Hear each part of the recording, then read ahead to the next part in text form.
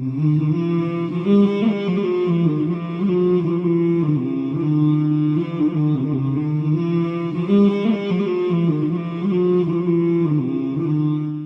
باللہ من الشیطان اللعین الرجیم بسم اللہ الرحمن الرحیم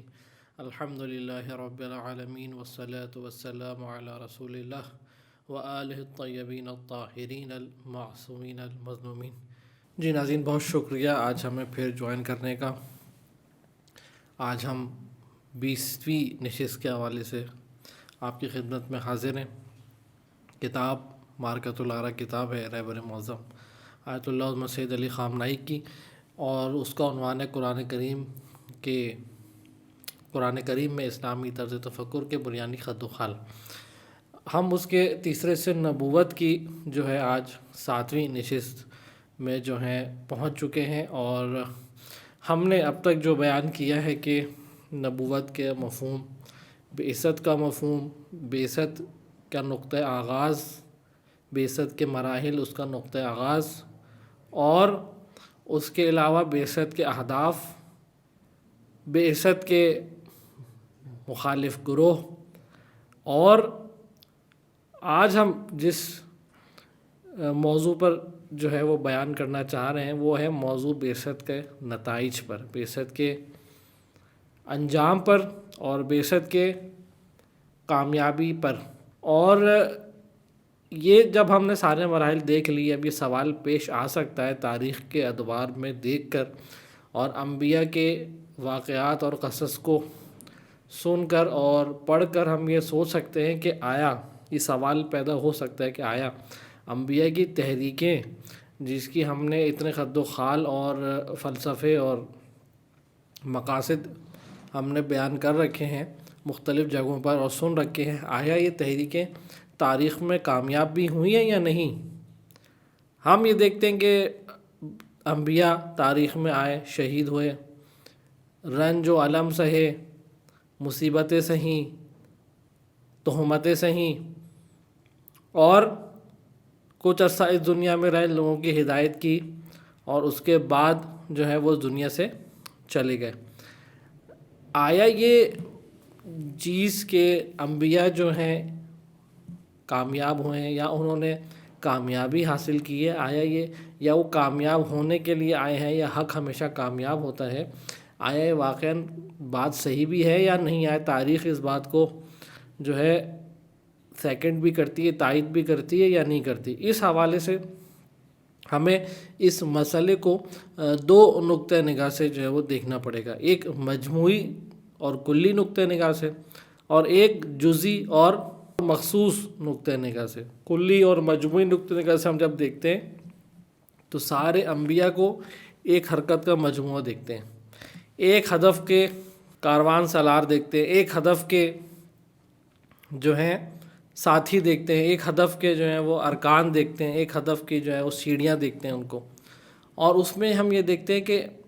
آیا مجموعی طور سے انبیاء کی یہ تحریک جو ہے وہ کامیاب ہوئی ہے یا نہیں ہوئی ہے۔ اور دوسرا جو مرحلہ ہے وہ ہے کہ ہر نبی اپنے طور پر سارے نبیوں سے جدا، کہ جب وہ کسی قوم پر آیا اور وہاں مبعوث ہوا، اس نے اپنی تعلیمات جو ہیں وہاں پہنچائیں اور تبلیغ کا اور دعوت کا آغاز کیا، تو آیا وہ خود وہ نبی اس معاشرے میں کس حد تک کامیاب ہوا یا نہیں ہوا؟ اگر آپ پہلے مرحلے کی طرف دیکھتے ہیں، اور وہ کیا ہے کہ سارے انبیاء ایک مجموعی طور سے ایک سفر میں، ایک سفر کے ہم سفر کے طور سے ان کو ایک یونٹ کے طور سے جب ہم دیکھتے ہیں تو ہم دیکھتے ہیں یقیناً انبیاء کی تحریک جو ہے وہ بلا شبہ پوری طرح ہمیں کامیاب نظر آتی ہے۔ وہ انسان کہ جو جاہلیت کے دور میں پرانے ادوار میں نہ بولنا جانتا تھا، نہ جو ہے وہ اس کے پاس نہ اتنی تمیز تھی اور نہ اتنی جو ہے وہ اس کے پاس جو ہے وہ عقل اور شعور تھا کہ وہ اپنے پہننے کا لباس جو ہے وہ سی سکے، یا اپنے پہننے کا لباس ڈیزائن کر سکے، یا اپنے رہنے کے لیے جو ہے وہ ایک مناسب جگہ جو ہے وہ تیار کر سکے۔ تو ہم آج یہ دیکھتے ہیں کہ آج یہ والا انسان اس حد تک پہنچ چکا ہے کہ کس حد تک وہ پیش رفت کر چکا ہے، اور کس حد تک وہ دنیاوی اعتبار سے ترقی کر چکا ہے، اور معرفت کے لحاظ سے بھی وہی انسان کہ جو کسی زمانے میں کچھ نہیں جانتا تھا، آج معرفت کے حوالے سے بھی ایک خاص مرحلے تک جو ہے وہ پہنچ چکا ہے۔ آج اس دور میں بھی، اس وقت جب دین کے خلاف اور خدا کے خلاف ایک یلغار جو ہے دنیا میں پھیلی ہوئی ہے، اس دور میں بھی دنیا کی اکثر آبادی جو ہے وہ اور غالب آبادی جو ہے وہ دیندار ہے اور کسی دین پر اعتقاد رکھتی ہے، اور ایسے دین پر اعتقاد رکھتی ہے جو خدا واحد کو قبول کرتی ہے۔ تو یقیناً یہ انبیاء کی کامیابی میں سے ہے مجموعی طور سے اگر ہم دیکھتے ہیں۔ اس کی مثال اگر ہم لینا چاہیں تو اس طرح لے سکتے ہیں کہ البتہ یہ سوال آ سکتا ہے کہ پھر ہم یہ کیوں دیکھتے ہیں کہ اگر انبیاء مجموعی طور سے کامیاب ہوئے تو انبیاء جو ہیں وہ آئے، رنج و الم سہے، شہید ہوئے، چلے گئے، پھر کوئی نبی آیا کسی معاشرے میں، وہاں پر اس نے رنج و الم سہے اور وہ شہید ہو گیا یا اسے قتل کر دیا گیا اور وہ اس معاشرے سے رخصت ہو گیا، اس حالت میں کہ معاشرے نے اس کی قدر نہیں جانی۔ تو بات یہ ہے کہ اس کی مثال بالکل اس طرح سے جو ہے رہبر معظم یہاں دے رہے ہیں کہ اگر آپ کسی اسکول کی مثال لیں یا کسی مدرسے کی مثال لیں کہ جہاں جو ہے وہ شاگرد جو ہیں وہ ابتدائی مرحلے پر ہیں، بہت ہی بالکل جو ہے شروع کے مرحلے پر ہیں، کہ جو اس میں بچے کو کچھ نہیں آتا، وہ اسکول جاتا ہے، مدرسے جاتا ہے اور کچھ سیکھنا شروع کرتا ہے، یہاں تک کہ وہ پہلی کلاس جو اس کی ہے اس کے آخر تک پہنچتا ہے، وہ سیکھ جاتا ہے، اور بچے جو ہیں وہ استاد یا معلم کے خلاف بغاوت کرتے ہیں اور ان کو جو ہے وہ شریر بچے جو ہیں وہ قتل کر دیتے ہیں یا ان کو کوئی ایسی تکلیف پہنچا دیتے ہیں کہ وہ پھر جاری رکھنے سے جو ہے وہ کلاس کو جو ہے وہ یعنی معذور ہو جاتے ہیں، کلاس کو جاری رکھنے سے جو ہے ان کے لیے ممکن نہیں ہوتا۔ اسی طرح پھر وہ بچے دوسری کلاس، جب پہلی کلاس کا مرحلہ وہ ختم کر دیتے ہیں، پہلی کلاس تک وہ پہنچ جاتے ہیں، تو پھر دوسری کلاس کے لیے دوسرے معلم آتے ہیں اور دوسرے معلم کے ساتھ بھی یہی ہوتا ہے، لیکن وہ معلم جو ہے انہیں دوسری کلاس کی حد تک پہنچا دیتا ہے۔ پھر جو ہے وہ اس طرح کا عمل انجام دیتے ہیں کہ اس معلم کے ساتھ جو ہے کوئی جو ہے نا ایسا عمل انجام دیتے ہیں کہ وہ معلم سے محروم ہو جاتے ہیں۔ پھر تیسرا معلم آتا ہے کہ جو بچے دوسرے معلم دوسرے کلاس کے لیول تک پہنچ چکے تھے انہیں پھر تیسری کلاس کے لیول پر لے کر آتا ہے، پھر چوتھی کلاس، پھر سب پہ اسی طرح اگر ہم دیکھیں تو یہاں تک کہ بشریت ایک جو کلاس کے اسٹوڈنٹس ہیں وہ اسی طرح جو ہے وہ اپنے مراحل طے کرتے ہیں، یہاں تک کہ وہ جو ہے اس مرحلے تک پہنچ جاتے ہیں کہ وہ آخری کلاس تک پہنچ جاتے ہیں۔ تو یہ جو مثال ہے اس بات کو سمجھانے کے لیے کہ انبیاء ضرور مشکلات کا شکار ہو، یا انہیں خود قوموں نے شہید کر دیا، یا خود انہی قوموں نے جو ان کے پیچھے چلنے والی تھی بعد میں انحراف کا شکار ہوئے اور انہی قوموں نے جو ہے ان کے خلاف جو ہے وہ بغاوت کی یا ان سے جو ہے وہ اپنے آپ کو جو ہے جدا کر دیا، لیکن انبیاء نے ان قوموں کو جو ہے وہ ایسا نہیں تھا کہ کچھ تربیت نہیں کیا، ان کو کچھ فائدہ نہیں پہنچایا۔ انبیاء نے اپنے ہر نبی نے اپنے حصے کا جو ہے کام ضرور کیا۔ یہ الگ بات ہے کہ وہ نبی جو ہے وہ ایک نبی جو ہے وہ ساری بشریت کو اب پورے سفر میں ہمراہی نہیں کر سکا، لیکن اس نے اپنے حصے کا جو اسے ذمہ داری دی گئی تھی اس نے اس کام کو انجام دیا اور اگلے مرحلے سے جو ہے دوسرے نبی نے آغاز کیا۔ تو مجموعی طور سے جب ہم دیکھتے ہیں انسانیت کا سفر، تو انسانیت کا سفر ہمیں ترقی میں نظر آتا ہے۔ انسانی فطرت ہمیشہ جو ہے وہ جدت کی طرف جاتی ہے، کمال کی طرف جاتی ہے، خیر اور خوبی کی طرف جاتی ہے۔ خود ناخود آگاہ طور سے ایک انسان ہو سکتا ہے دین کا ماننے والا نہ ہو، نبی کا ماننے والا نہ ہو، ظاہری طور سے انکار کرتا ہو، لیکن اس کے اندر کی جو فطرت ہے ہمیشہ وہ خیر اور خوبی کو چاہنے والی ہے، اس کے پیچھے بھاگنے والی ہے، اس کے پیچھے چلنے والی ہے۔ تو بشریت ناخود آگاہ طور سے بھی جو ہے وہ اپنے ان رشد کے مراحل کو جو ہے رفتہ رفتہ اور آہستہ آہستہ جو ہے وہ طے کر رہی ہے۔ ایسا نہیں ہے کہ بشریت جو ہے وہ جمود کا شکار رہی ہے کسی بھی موقع پر، اور ان کو دھکا لگانے والی اس بشریت کو جو قوت ہے وہ نبی کی قوت ہے، کہ نبی آتے ہیں ایک قوم کے اوپر، ایک معاشرے کے اوپر، اسے جو ہے آگے کی طرف دھکیلتے ہیں، آگے کی طرف لے کر جاتے ہیں، آگے کی طرف اسے جو ہے سفر کرواتے ہیں، یہاں تک کہ وہ سفر جو ہے پھر وہ تھکن کا شکار ہو جاتے ہیں یا کسی اور مشکل کا شکار ہو جاتے ہیں اور نبی سے وہ محروم ہو جاتے ہیں کہ پھر اگلا نبی آتا ہے، اس انسانی معاشرے کی باغ دوڑ اپنے ہاتھ میں لیتا ہے اور پھر جو ہے وہ یہ سفر دوبارہ شروع ہو جاتا ہے. تو یہ وہ انبیاء کی مجموعی تحریک کا سفر ہے کہ جو ہم نے اس مثال کے ذیل میں آپ کے سامنے بیان کیا. اور انبیاء جو ہے اسی طرح جو ہے بشریت کو کامیاب رہے کہ اس جگہ سے کہ جب وہ ایسے مرحلے پر تھا کہ جب وہ کچھ نہیں جانتا تھا، جب وہ کچھ اس کے سامنے کوئی ثقافت، کوئی تمیز یا کوئی تہذیب اس کے پاس نہیں تھی. انبیاء آئے اور دنیاوی طور سے بھی جو ہے انبیاء نے انسان کو مضبوط کیا، انسان کو گڑ سکھائے. آپ جانتے ہیں کہ جتنا علم ابھی بھی ہمارے پاس موجود ہے، چاہے وہ کسی بھی حوالے سے ہو، وہ الہی نمائندوں کا دیا ہوا عطیہ ہے. اس میں چاہے وہ حضرت نوح کی کشتی ہو، چاہے وہ اسلحے ہوں، چاہے وہ جو ہے وہ کیمسٹری ہو جو ہمارے سامنے موجود ہے کہ جابر ابن حیان والی مثال، یا اسی طرح اور دوسرے علوم ہوں کہ جو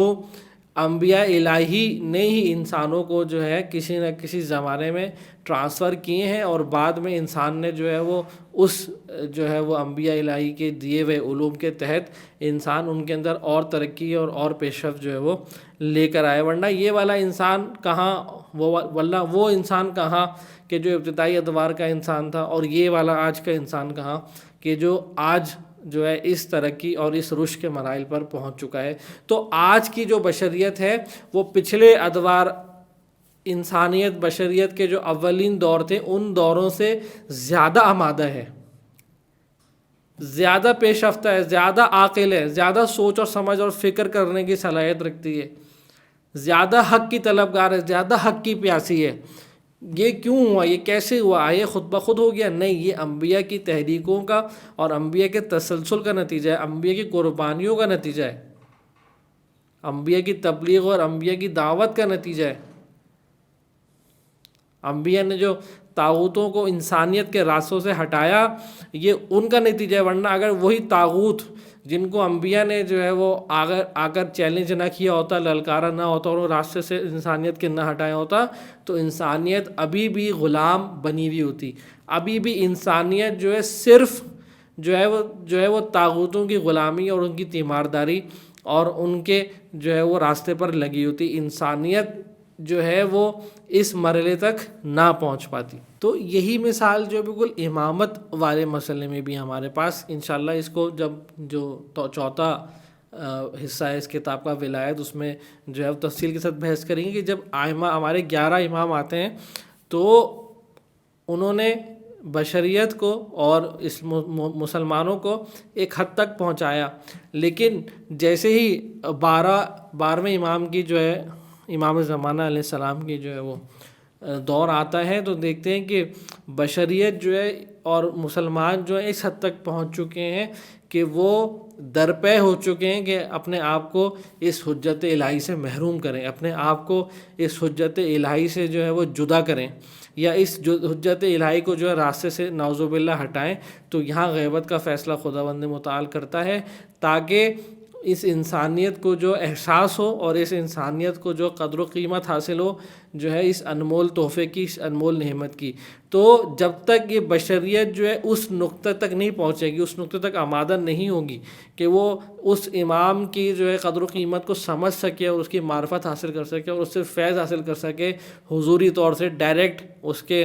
فزیکل اپیرنس کے ساتھ، جب تک جو ہے وہ ظہور کا موقع جو ہے وہ فراہم نہیں ہوگا. تو یہ جو امام زمانہ تک جو انسان کو بشریت کو آمادہ کرنا ہے، یہ کون کرے گا؟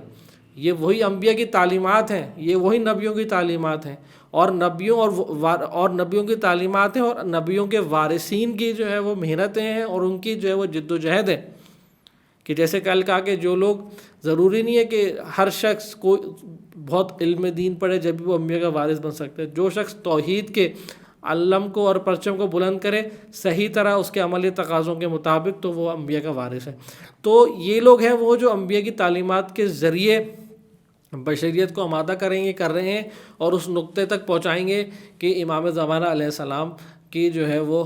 دنیا جو ہے ان کے استقبال کے لیے آمادہ ہو چکی ہوگی۔ تو یہ وہ سفر ہے انبیاء کا مجموعی طور سے کہ جو ہمیشہ انسانیت کی کامیابی کے لیے اور انسانیت کو ترقی دینے کے لیے ہمیشہ سے کامیاب رہا۔ دوسری طرف سے ہم یہ دیکھتے ہیں کہ انسانی فطرت کا تقاضا بھی جو ہے وہ کامیابی ہے۔ کوئی بھی انسانی فطرت جو ہے، انسان سے اگر آپ جو ہے کوئی بھی اس کی فطرت اور اس کے باطن کا سوال کریں تو ہمیشہ آپ کو جواب دے گا کامیابی۔ ہر انسان جو ہے کامیابی کے پیچھے، انسانیت فطری طور سے کامیابی کے پیچھے ہے۔ ہر انسان جو ہے کامیابی کو تلاش کر رہا ہے۔ تو انسانیت کا جو منطقی انجام ہے، بشریت کا جو منطقی نقطہ اختتام ہے، وہ جو ہے کامیابی کی طرف ہے، اور اس کامیابی کے سفر تک انسانیت کو بہرحال اپنا سفر جو ہے طے کرنا ہے۔ کیوں انسانیت کی فطرت کی جو ہے وہ آواز ہے، وہ اپنی اس فطرت کی آواز کو نہیں دبا سکتی۔ اب چونکہ انسانیت کو اپنی اس نیچر کے تحت یا اس جو ہے وہ طبیعت کے تحت یہ سفر بہرحال طے کرنا ہے، تو یہاں پر انبیاء آتے ہیں انسانیت کو یہ سفر طے کرانے کے لیے، انسانیت کو آگے بڑھانے کے لیے، اس کی فطرت کی آواز پر لبیک کہنے کے لیے۔ وہ فطری تعلیمات لے کر آتے ہیں کہ جو انسان کو حقیقی کامیابی سے جو ہے، جو اس کی فطرت کی آواز ہے، اس سے ہمکنار کرتے ہیں۔ تو یہ انبیاء کی ضرورت اور انبیاء کی کامیابی کا ایک اور معیار۔ یہ وہ پہلا مرحلہ تھا ہمارے سوال کا، اور وہ تھا کہ مجموعی طور سے انبیاء کی تحریک آیا تاریخ کے ادوار میں اور بشریت کے لیے کیا نتائج لے کر آ چکی ہے، اور آیا اس کی کامیابی کا معیار کیا ہے، یا وہ ہمیشہ سے ناکام رہی ہے۔ اب آتے ہیں دوسرے مرحلے کی طرف کہ ہر نبی بذات خود صرف اس نبی کی حد تک آیا، وہ نبی جو ہے وہ اگر ہم الگ الگ طور سے نبیوں کو دیکھیں، آیا وہ کس حد تک کامیاب رہے ہیں۔ یہاں پر جو بحث ہے وہ یہ کہ بہرحال ہم جب ہر نبی کو الگ الگ طور سے دیکھتے ہیں، ہر الہی نمائندے کو الگ سے دیکھتے ہیں، تو ہم دیکھتے ہیں کتنی بے تحاشا مشکلات اور کتنے رنج و الم اور کتنی مصیبتوں اور بلاؤں کا مقابلہ کر کے اس نبی نے اپنی دعوت اور تحریک کو جو ہے وہ آگے بڑھایا ہے۔ اب اس میں اکثر جو ہے وہ ایسے ہمیں واقع ملتے ہیں کہ شہادت جو ہے وہ شہادت کا فیض جو ہے انہوں نے پایا، یا اسی طرح جو ہے وہ اپنے پیغام کو آخر تک پہنچانے میں،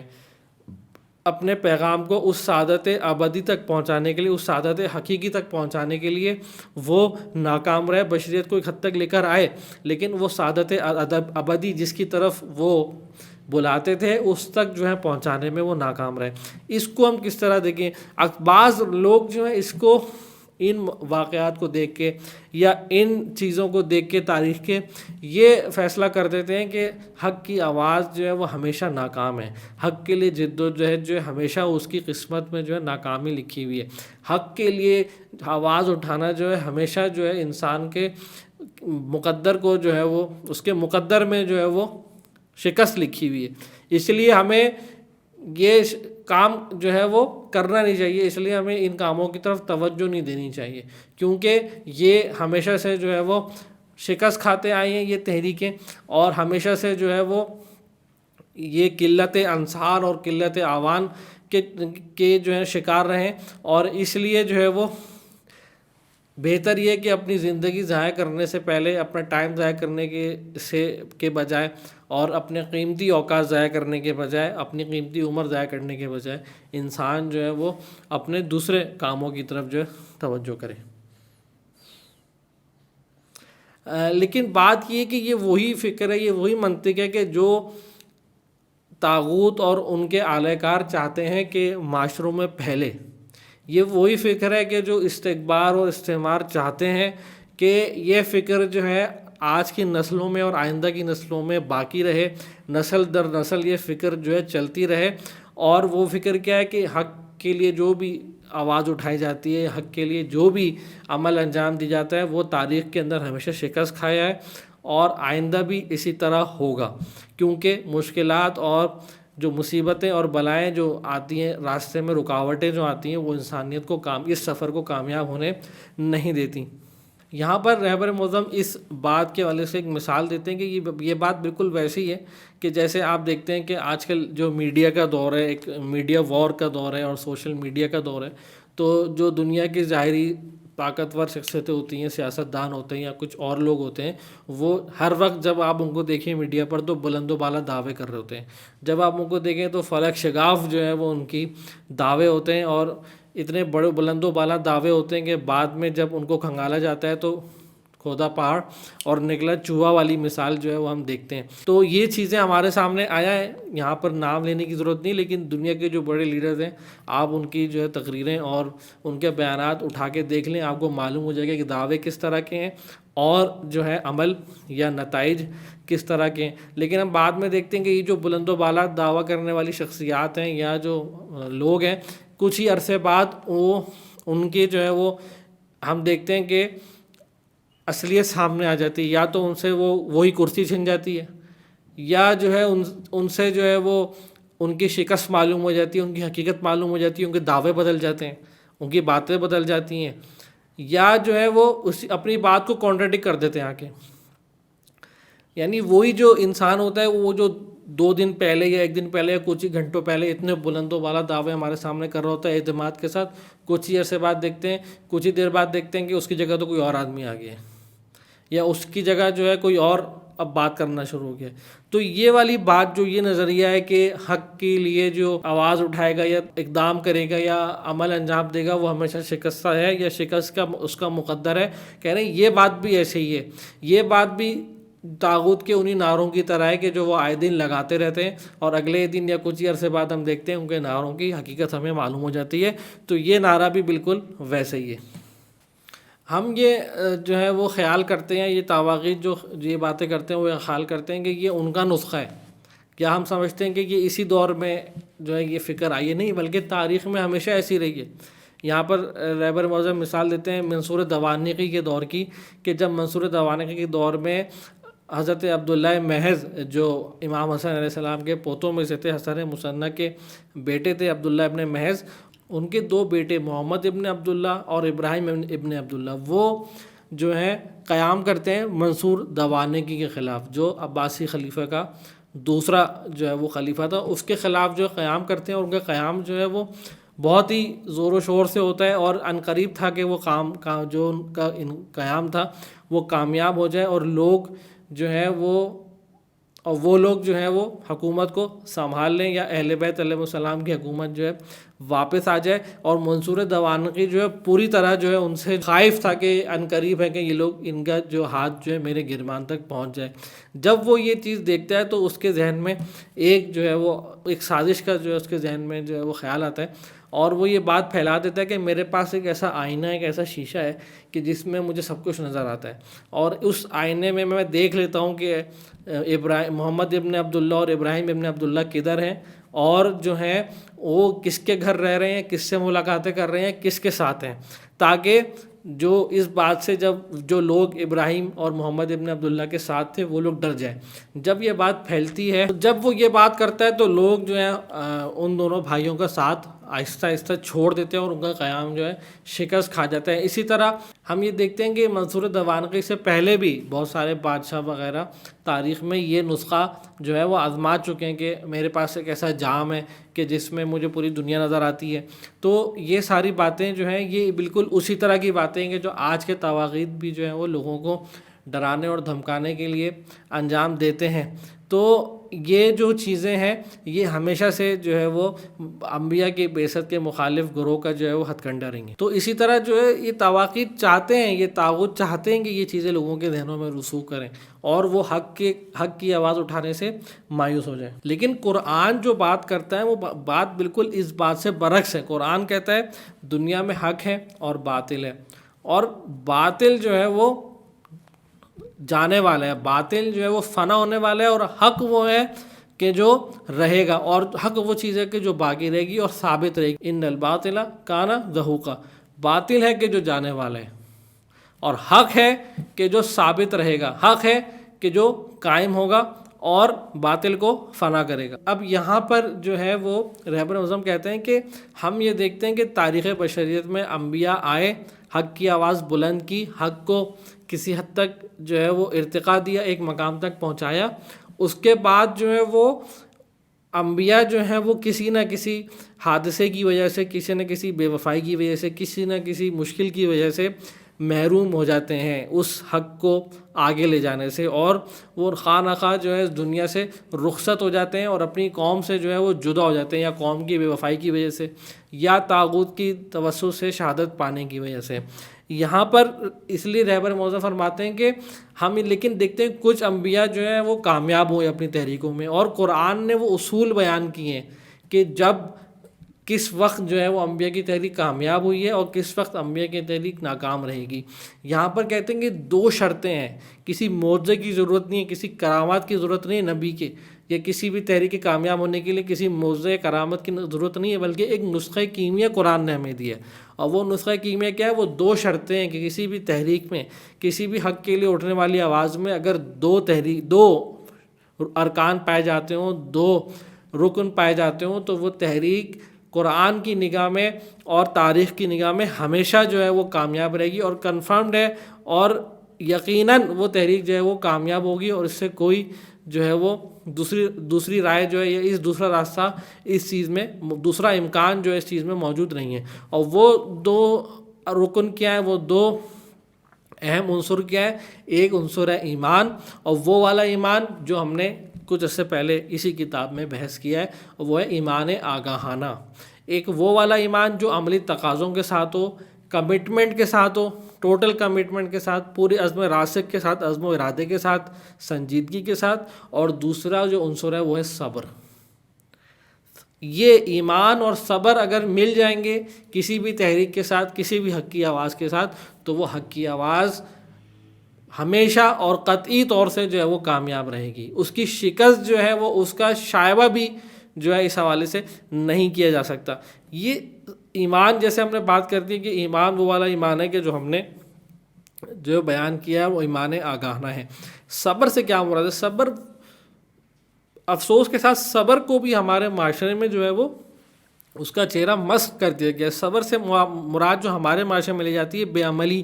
صبر یعنی گھر میں بیٹھ جاؤ، ظلم و ستم سہتے رہو اور خدا کے سامنے گڑ گڑاتے رہو۔ یہ صبر نہیں ہے۔ جس صبر کو دین نے ہمارے لیے بھیجا ہے، جس صبر کے فائدے اور فوائد اور ثواب اور جو ہے وہ مقامات دین نے ہمارے لیے بھیجے ہیں، وہ صبر سے مراد ہے استقامت کرنا، ظلم کے مقابلے میں استقامت کرنا، ڈٹے رہنا اور کامیابی کی امید لگائے رکھنا۔ یہ ہے صبر، یہ ہے حقیقی صبر۔ نہ یہ کہ جو ہے مایوس ہو کے گھر میں بیٹھ کے اور جو ہے وہ خدا کی بارگاہ میں یا امام کی بارگاہ میں گڑ گڑانا۔ یہ ایک ضروری عنصر ہے، خدا کی بارگاہ میں گڑ گڑانا اور امام کی بارگاہ میں توسل کرنا اور گڑ گڑانا، یہ ایک ضروری عنصر ہے، لیکن صرف یہ اور اس کے ساتھ کوئی عملی تقاضا انجام نہ دینا یہ صبر کے معنی نہیں ہے۔ صبر کے معنی یہ ہے کہ خدا کے سامنے جھک کر ائمہ کے سامنے توسل کرنے کے ساتھ اپنی صبر کو، اپنے عملی تقاضوں کو پورا کرتے رہنا اور کامیابی کی امید لگائے رکھنا، کامیابی کی امید سے دستبردار نہ ہونا، یہ ہے صبر۔ اپنے راستے کو چھوڑ دینا یا اپنے محاذ سے پیچھے ہٹ جانے کو صبر نہیں کہا جاتا۔ صبر ہے اپنے محاذ پر، اپنے ذمہ داری پر، اپنی مسئولیت پر، اپنے وظیفے پر کھڑے رہنا اور دائم ہو کر اور وہاں پر مضبوطی سے جو ہے وہ اپنی ذمہ داری کو سنبھالے رکھنا اور اس کی راہ میں مشکلات کو سہتے رہنا، یہ ہے حقیقی صبر۔ یہ ہے وہ صبر کہ جو اگر ایمان کے ساتھ، ایمان خالص کے ساتھ، ایمان آگاہ کے ساتھ مل جائے تو حق کی جیت کو جو ہے کوئی نہیں روک سکتا۔ یہ رہبر معظم یہاں جو ہے وہ بیان کر رہے ہیں قرآن کی روح سے۔ وَلَا تَهِنُوا وَلَا تَحْزَنُوا وَأَنْتُمُ الْأَعْلَوْنَ إِن كُنتُم مُؤْمِنِينَ، کہ اے لوگوں نہ تھکو، یعنی ڈٹے رہو، صبر کا دامن ہاتھ میں رکھو،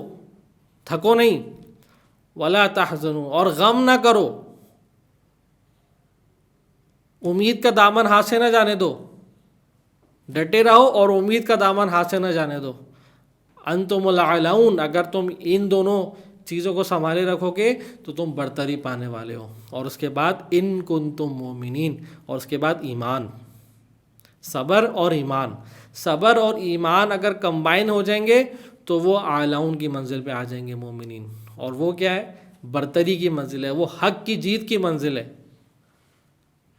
یہ قرآن کا پیغام ہے اس آیت میں ہمارے لیے. تو یہاں پر سوال کہہ سکتا ہے کہ ہم کیا چیزیں، ہمارے ائمہ جو اس روح ہستی کی سب سے بالا ترین شخصیات ہیں، ان کی جد و جہد شکست کھا گئی، وہ کامیاب نہیں ہو پائے، تو ہم جو ہیں وہ کیا چیزیں کہ جو ہم صبر اور استقامت اور ایمان سے کام لیں گے تو ہم کامیاب ہو جائیں گے. تو یہاں اس نقطے کو ذکر کیا جا رہا ہے کہ جیسے امام صادق علیہ السلام جو ہے وہ جد و جہد کرتے ہیں اور ایک خاموش جد و جہد کرتے ہیں، لیکن ان کی جد و جہد کے وہ آثار جو ہے وہ نمایاں نہیں ہوتے ہیں. اسی طرح امام کاظم علیہ السلام جو ہے وہ، امام موسیٰ کاظم علیہ السلام جو ہے وہ کئی عرصہ زندان میں رہتے ہیں اور ان کی جد و جہد ظاہری طور سے جد و جہد جو ہے ہمیں کامیاب نظر نہیں آتی. تو اس کا مطلب یہ نہیں ہے کہ وہ لوگ جو ہیں وہ کوئی معجزہ دکھاتے، کوئی کرامت دکھاتے تو وہ کامیاب ہوتے. اگر معجزہ اور کرامات دکھانی ہوتی تو وہ پہلی مرحلے پہ دکھا دیتے اور کامیابی سے ہمکنار ہو جاتے. نہیں، مسئلہ یہ تھا کہ مسئلہ ان کا نہیں تو ان کی جد و جہد کا مسئلہ تھا اعوان و انصار کا،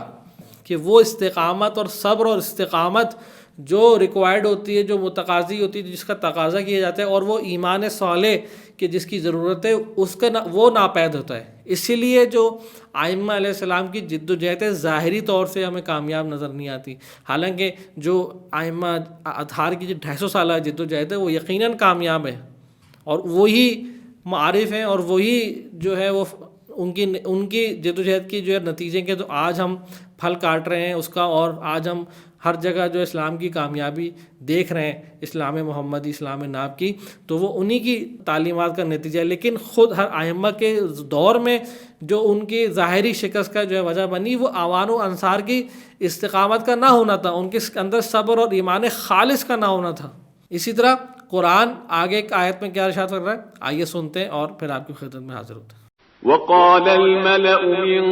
قوم فرعون أتذر موسى وقومه ليفسدوا في الأرض ويذرك وآلهتك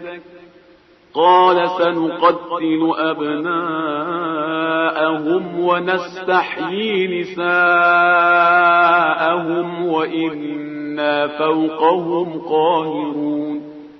جی ناظرین، آپ نے آیت کریمہ کی تلاوت سنی کہ جب حضرت موسیٰ علیہ السلام فرعون کے پاس جاتے ہیں اور اپنی دعوت کو بیان کرتے ہیں، اپنا مدعا بیان کرتے ہیں، اپنی دعوت الہی اس کے پاس لے کر جاتے ہیں، تو وہ سنتے ہی جو ہے وہ انکار کر دیتا ہے، اور سنتے ہی انکار کر دیتا ہے، اور صرف انکار نہیں کرتا بلکہ حضرت موسیٰ کو جو ہے دھمکی بھی دیتا ہے کہ اگر تم نے اس اپنی دعوت سے اور اپنے اس دعوے سے جو ہے وہ ہاتھ نہیں اٹھایا تو میں جو ہوں تمہیں بہت برے نتائج کی جو ہے وہ پیشن گوئی کرتا ہوں. اس کے بعد ہم دیکھتے ہیں کہ فرعون حضرت موسیٰ کے مقابلے کے لیے اپنے جادوگروں کو لاتا ہے، کہ جو اس کا سب سے بڑا ہتھیار حضرت موسیٰ کے معجزے کے مقابلے میں، کیونکہ معجزہ وہ چیز تھی جس کا فرعون مقابلہ نہیں کر سکتا تھا خود، تو اس نے جادوگروں کو جمع کیا کہ اس الہی معجزے کی، اس الہی طاقت کی جو ہے مقابلہ کر سکے. اور آپ نے دیکھا کہ کس طرح جادوگر جو تھے، جو پوری فرعونی سلطنت سے چیدہ جادوگر، جو ان سے بڑا کوئی جادوگر نہیں تھا اس دور میں، ان کو بلایا گیا تھا، اور وہ کس طرح سجدے میں گرے موسیٰ کے سامنے، کس طرح وہ سجدے میں گرے اس موسیٰ کے کمالات الہی کے سامنے، اس قدرت الہی کے سامنے وہ سجدے میں گرے. اور فرعون کا ساتھ چھوڑا کہ جب فرعون نے کہا کہ اگر تم نے جو ہے موسیٰ کا ساتھ دیا تو میں تمہارے ہاتھ کٹوا دوں گا، تمہاری ٹانگ کٹوا دوں گا، اور تمہیں محل عبرت بنا دوں گا سب کے لیے، تو انہوں نے کہا کہ ہم ایمان خالص لے کر آ گئے ہیں، اب جو ہم سے کرنا ہے، ہمارے ساتھ کرنا ہے، کر لو، ہم اپنی اس راستے سے پیچھے نہیں ہٹیں گے، ہم نے حقیقی ایمان ہم نے اب پا لیا ہے. تو یہ وہ واقعہ ہے کہ جس کی طرف جو ہے وہ یہاں اشارہ ہو رہا ہے. پھر فرعون کی قوم کے جو بڑے لوگ ہیں، جو سردمدار ہیں اور جو سردار ہیں، وہ فرعون کے سامنے جمع ہوتے ہیں، اور وہ اس سے کیا کہتے ہیں کہ وقال الملأ من قوم فرعون کی قوم سے ان کے اہم لوگوں نے فرعون سے کہا اتذر موسیٰ وقومہ لیفسدوا فی الارض، کیا تم موسیٰ اور اس کی قوم کو چھوڑ دو گے کہ وہ ان کے کہنے کے مطابق دنیا میں فساد پھیلاتے رہے، وَيَذَرَكَ وَآلِهَتَكَ، اور تجھے جو ہے وہ شکست دے دیں اور تمہارے خداؤں کو شکست دے دیں. فرعون نے کیا جواب دیا، قال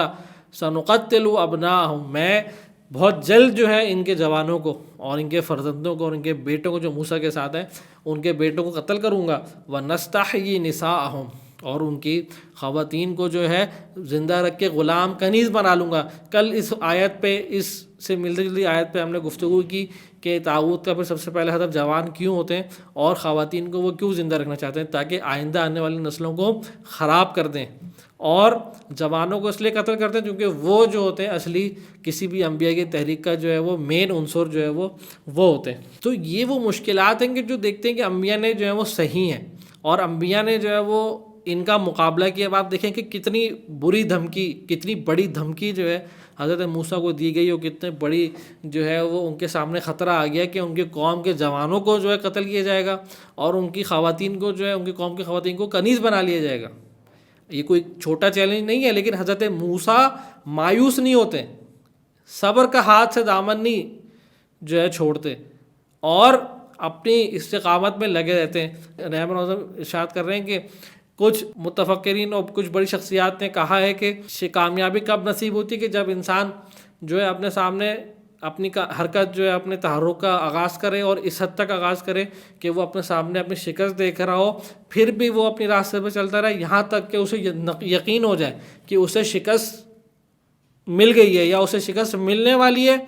یا اسے جو ہے شکست مل چکی ہے، اب کوئی اس کا جو ہے چھٹکارا نہیں ہے. لیکن وہاں پر وہ مایوس نہ ہو، اس آخری نقطے پر وہ مایوس نہ ہو، اور پھر بھی اپنے راستے کو شکست دیکھ کر بھی جو ہے وہ اپنے راستے پر ڈٹا رہے، تو وہ موقع ہوتا ہے کامیابی کا. اور رہبر موضوع میں فرمایا کہ حضرت موسیٰ کی جو کہانی ہے یا حضرت موسیٰ کی جو داستان ہے اس پہ بے عینی ہی ہم یہ جو ہے وہ اس اصول کو دیکھ، اور آپ دیکھتے ہیں کہ کس طرح نصرت الہی جو ہے پھر آتی ہے اور دریا کو پھاڑتی ہے، اور موسیٰ کے اور اس کی قوم کے لیے راستہ کھولتی ہے. اور وہی دریا کہ جو موسیٰ اور اس کی قوم کے دروازہ کھولتا ہے، وہی دریا فرعون کے لیے عذاب بن کے نازل ہو جاتا ہے.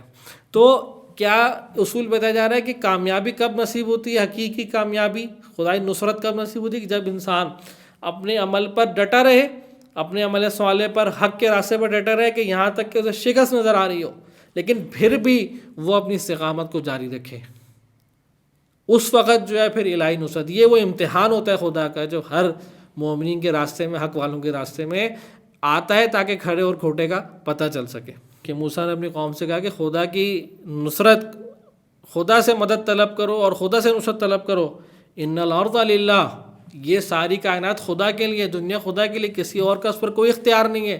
فرعون کچھ بھی نہیں کر سکتا، اس کی حیثیت کچھ نہیں ہے. یہ وہ دعوت حضرت موسیٰ نے، جو جب موسیٰ نے چیلنج کیا تھا تو آپ نے اپنی قوم سے یہ کہا تھا. اور اسی کے کچھ عرصے بعد جب موسیٰ کی قوم کامیاب ہو جاتی ہے تو وہی قرآن کیا کہتا ہے کہ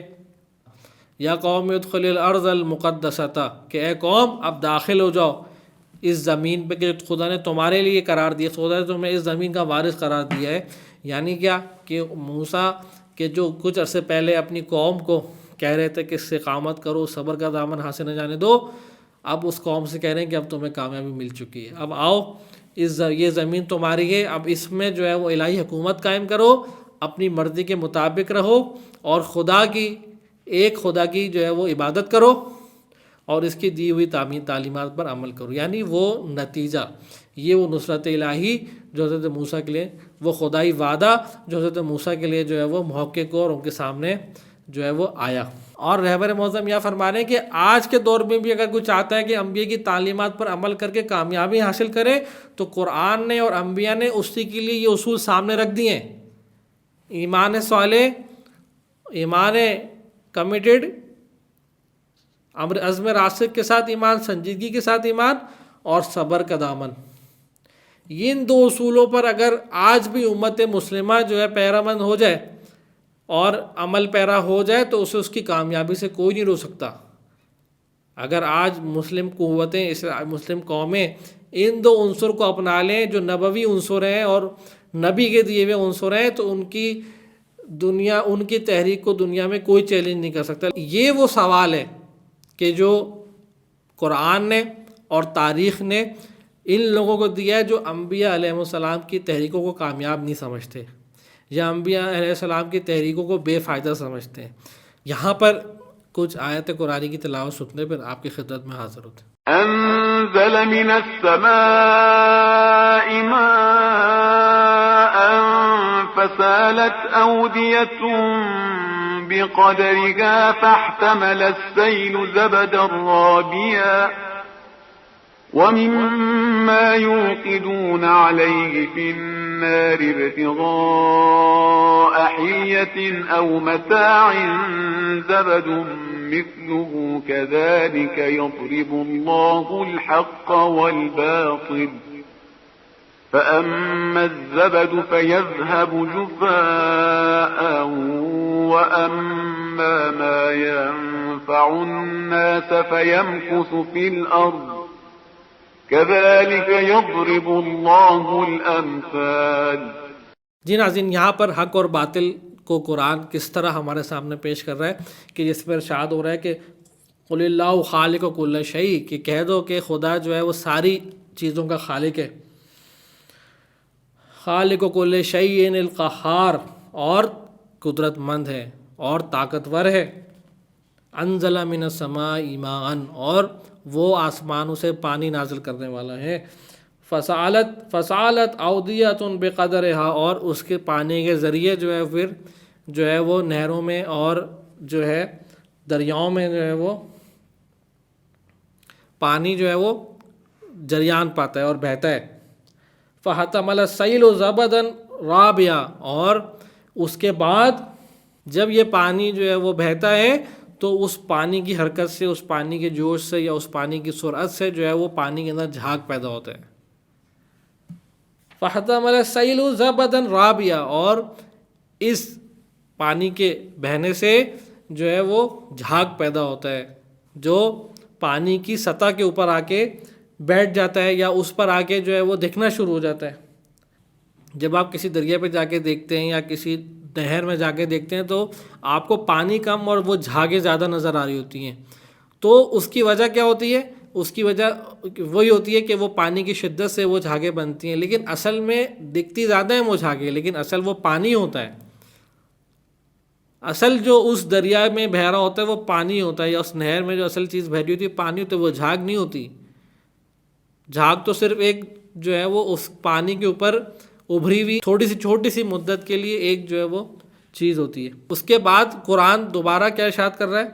اس مثال کو دینے کے بعد قرآن پھر دوسری مثال کی طرف جاتا ہے، اس کے بعد پھر دونوں مثالوں کا نتیجہ دیتا ہے. کیا ارشاد کر رہا ہے قرآن؟ وَمِمَّا يُوقِدُونَ عَلَيْهِ فِي النَّارِ، اور وہ چیزیں کہ جن کو آگ کے ذریعے جو ہے وہ جوش دے کر جو ہے آگ کے ذریعے ان کو جلا کر جو ہے بنایا جاتا ہے، جیسے لوہا، جیسے معدنیات، ابتغاء حلیۃ او متاع، یا کوئی زینت کی چیزیں درست کرنے کے لیے، یا پھر یہ جو ہے وہ کوئی مال و دولت حاصل کرنے کے لیے. جیسے سونے کو جو ہے وہ آگ میں رکھے جاتے تاکہ وہ ریفائن ہو جائے، پھر اس سے جو ہے مختلف چیزیں تاکہ بنائی جا سکیں. ان میں بھی زبد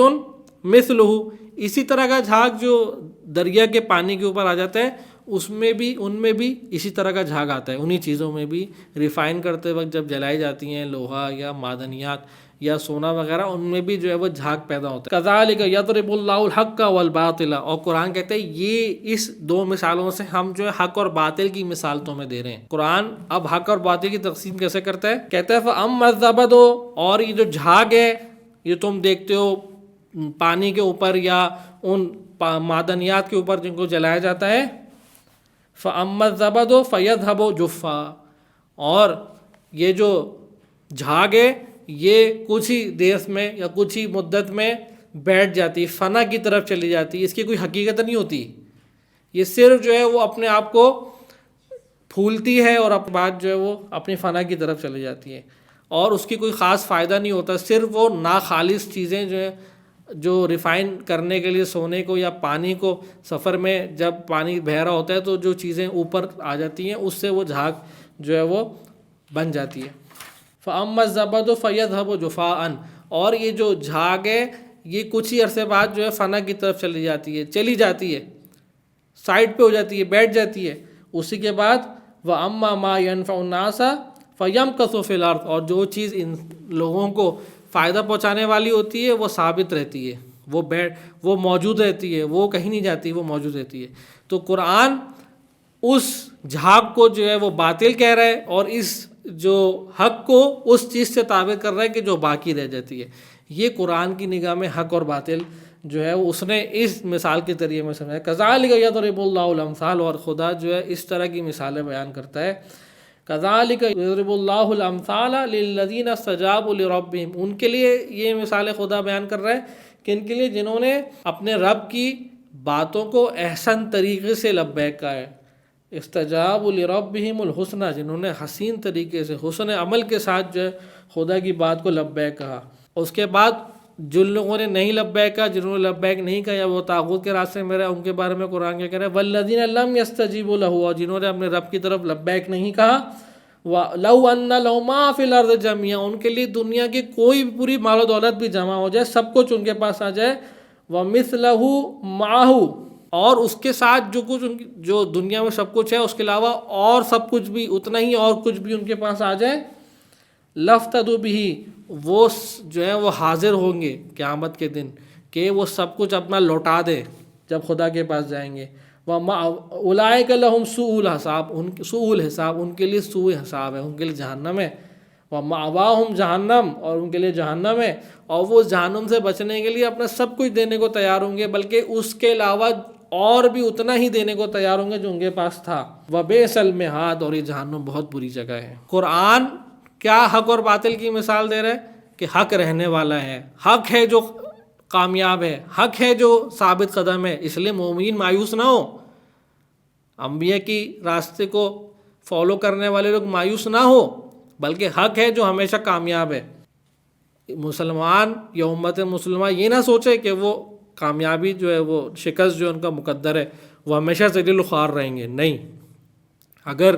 ان دو اصولوں پر امت مسلمہ عمل پیرا ہو جائے، ان دو اصولوں کا دامن تھام لے، تو کامیابی جو ہے وہ امت مسلمہ کا مقدر، امت مسلمہ کے قدم چومے گی، اور امت مسلمہ اپنی سابقہ کھوئی ہوئی